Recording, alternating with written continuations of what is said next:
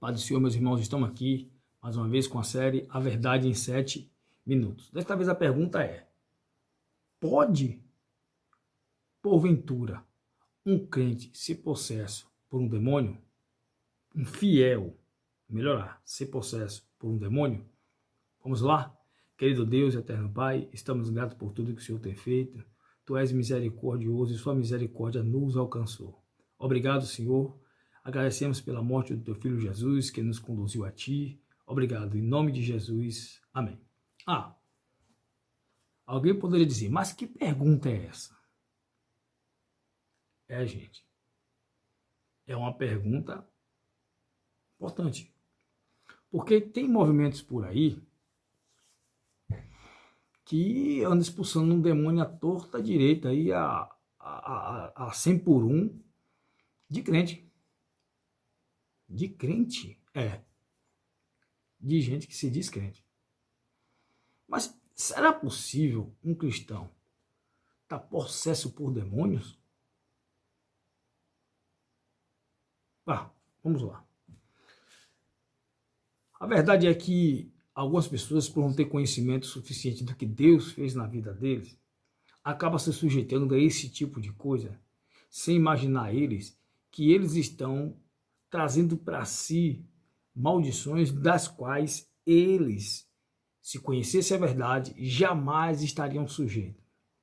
Porque existem igrejas por aí que andam fazendo campanha de libertação para crente. Eu estou falando de pessoas convertidas, fiéis, que aceitaram Jesus como Senhor da sua vida, pensam em viver uma vida de santidade, pensam em viver uma vida de serviço a Deus, mas que esses falsos profetas aí, dos quais eles foram pescados,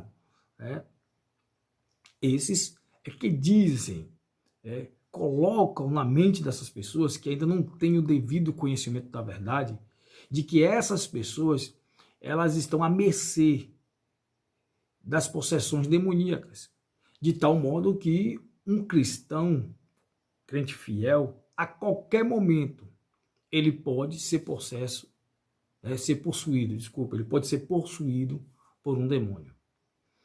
E isso, para quem prega essas coisas, lhes traz vantagens absurdas, porque causa medo nos fiéis, de tal forma que esses fiéis eles ficam dependentes desse tipo de movimento. E essa dependência é uma dependência crônica, porque eles pensam que a qualquer momento, desde que eles não estejam debaixo dessa autoridade espiritual desses líderes que são falsos profetas, essas pessoas podem ser acometidas de uma possessão demoníaca. Mas isso não é verdade. Essas pessoas elas se sujeitam porque elas não conhecem o que Cristo fez por ela. Em primeiro lugar, a Bíblia ela trata o cristão, o nosso corpo, como uma casa, como um vaso. E por tratar o nosso corpo como uma casa, uma construção, a Bíblia fala que existem seres espirituais que podem habitar nesta casa. E aqui nós temos que entender que esses seres eles podem ser tanto do reino espiritual do mal, como ele pode ser um ser, e aqui é um ser do reino espiritual do bem.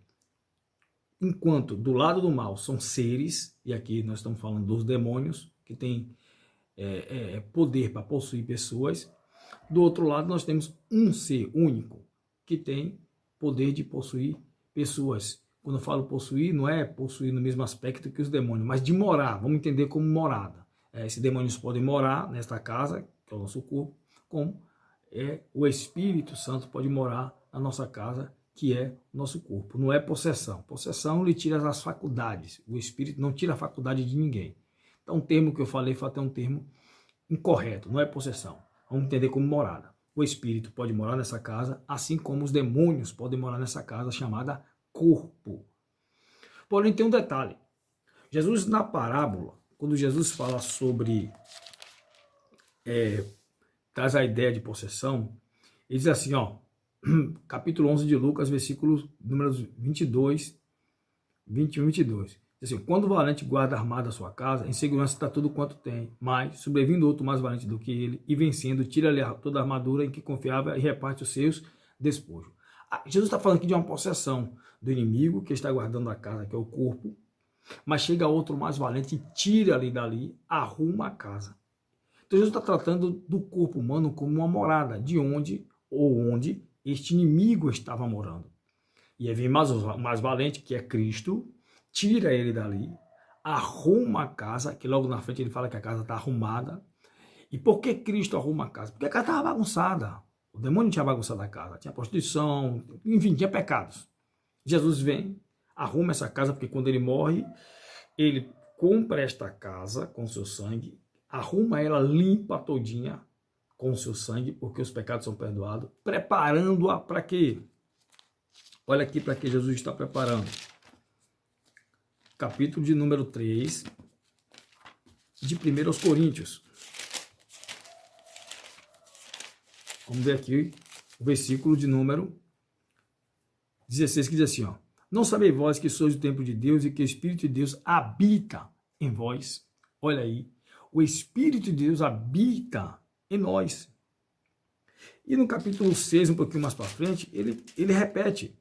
Ou não sabeis que o que ajunta com a meretriz faz um corpo com ela, porque serão disse dois numa só carne. Esse mais o que se ajunta com o Senhor mesmo é o Espírito. Aí o versículo 19 é assim, ó. Ou não sabeis que o nosso corpo é o templo do Espírito Santo que habita em vós, que habita em vós, proveniente de Deus, e não sois de vós mesmo. Pronto, meu irmão. Nosso corpo é uma casa, é um templo, em que pode habitar demônios, ou pode habitar o Espírito de Deus. Se o Espírito de Deus está habitando na casa, é impossível que um demônio possa entrar aonde o Espírito está habitando.